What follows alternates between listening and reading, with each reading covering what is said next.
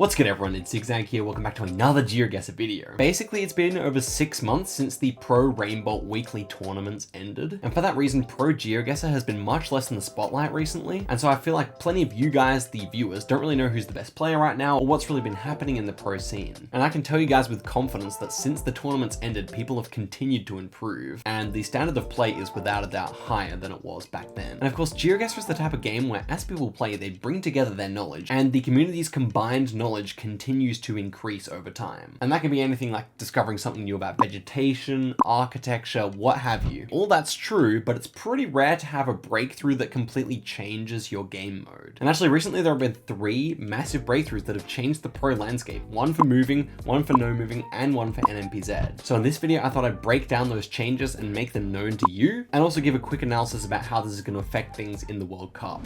Okay, so first things first, I'm going to show you the quite big change that happened with moving recently. So there's been a glitch on Google Street View that causes you to move quite slowly in a lot of locations. I think it may have improved somewhat, but basically a lot of locations you would get stuck in and you would have to spam click in order to be able to move quickly. Now, I'm not a moving player, so forgive me if my explanation isn't too clear on this, but basically some people in the moving community recently discovered some movement tech. I'm not even joking, Geoguessr now has some movement tech. Of course, it's quite basic compared to many other speed running movement tech, but basically what you do is you click on this arrow in a moving game, and then immediately you hit the space bar, and this just sends you off in that direction, spam clicking this one. Now, you don't actually have to click at all you need to do is press the space bar. Now, of course, as you guys have seen, we're going pretty quickly here, way more fast than we normally would. However, I have pretty poor internet, and so it wasn't a really good demonstration, I think. Yes, we're moving more quickly than if I was spam clicking like this, where you can see there is kind of a break between each movement, but let me show you guys what it looks like on someone else's screen. So here we are on Jake Lyon's channel, a great YouTuber. Go give him a sub. He is a moving specialist player, and I had to bring up this video because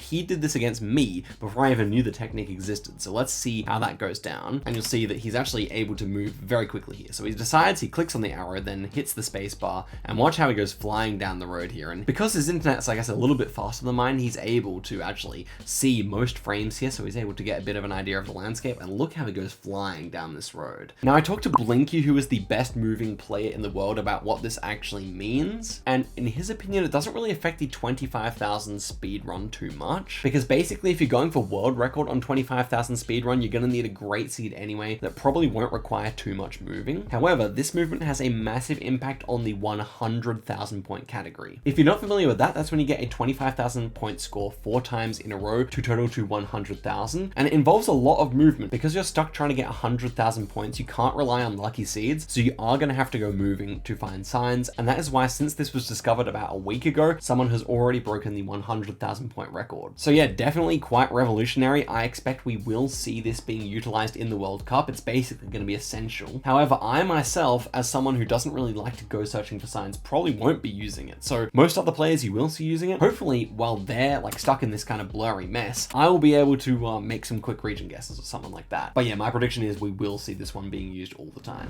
Okay, so we covered moving. Now let's move on to some no moving meta, which has really shaken the world of Geoguessr since the conclusion of the Rainbow tournaments, when they were completely unknown. So as we all know, Russia is a really difficult country, but it can actually be broken down into relatively simple chunks by looking at antenna meta. So it's a quirk of the Generation 3 camera, that's the camera that they used from 2011 all the way up to 2018, that sometimes the antenna comes out blurred and sometimes it's unblurred. And it just so happens that this glitch is kind of consistent as to where it would show up in certain countries. So for example, in Russia here, we have the blurred antenna showing up just north of Kazakhstan here and just north of Georgia. So that's the 2 main regions you can see this blurred antenna. So it goes without saying, as soon as you look down on the Google car, see this exact blurred antenna here, you know you're never going to be all the way out in Asian Russia. You can always send in European Russia. I think you guys can understand the meaning, and people have gone and mapped out all the different types of antennas in countries like Russia now. So while in most countries it hasn't really affected things too much at all, in Russia it really has sent shockwaves. I'll have this doc linked in the description so you can read about this yourself. Obviously, you could say it goes against the spirit of the game, Geoguessr. I could somewhat agree, but ultimately it's here and it's here to stay, and it is extremely useful. And I forgot to mention that it goes pretty deep here, guys. So you can see how there are ridges on the short antenna, and you see how on the left-hand side here, we have a particularly pronounced ridge. Well, that is only found in some parts of Russia. Likewise, the one with the ridge on the right side here is also only found in certain parts of Russia. And of course, we already covered the blurred one, which looks like this. So basically, as soon as you're playing a no-moving game, you go down here, you take a look at the antenna, you're given a whole lot of information that we just simply didn't have before, and it's making Russia much more learnable for new players. Now, as much as we've pretty much covered the entire antenna meta in Russia, it actually remains to be seen how useful this is going to be for other countries. For example, Argentina always has this black car, right? Well, sometimes, like in this example, it's quite blurred. You can see it's quite misty looking. Compared to this example, right? This is much more sharp. You can kind of see the colors much more clearly. Obviously, we do see more of the car here, but I do believe that this is a similar example to the Russia, where one is blurred and one remains unblurred. And this whole image is much more crisp than the last one. So I think that is actually a related phenomenon. And actually, I think there's potential for this to be amongst a bunch of countries in the Generation 3 camera. So yeah, in the World Cup, you're gonna see a bit of shoegazing, people looking down at the car, trying to work out what the antenna is, especially on Russia. But I think that in the future, in a few years, this might be commonplace in a whole bunch of countries. Again, I totally understand why people might be turned off by this, but it's the reality of it, and you're gonna wanna pay attention to that when it gets to the World Cup.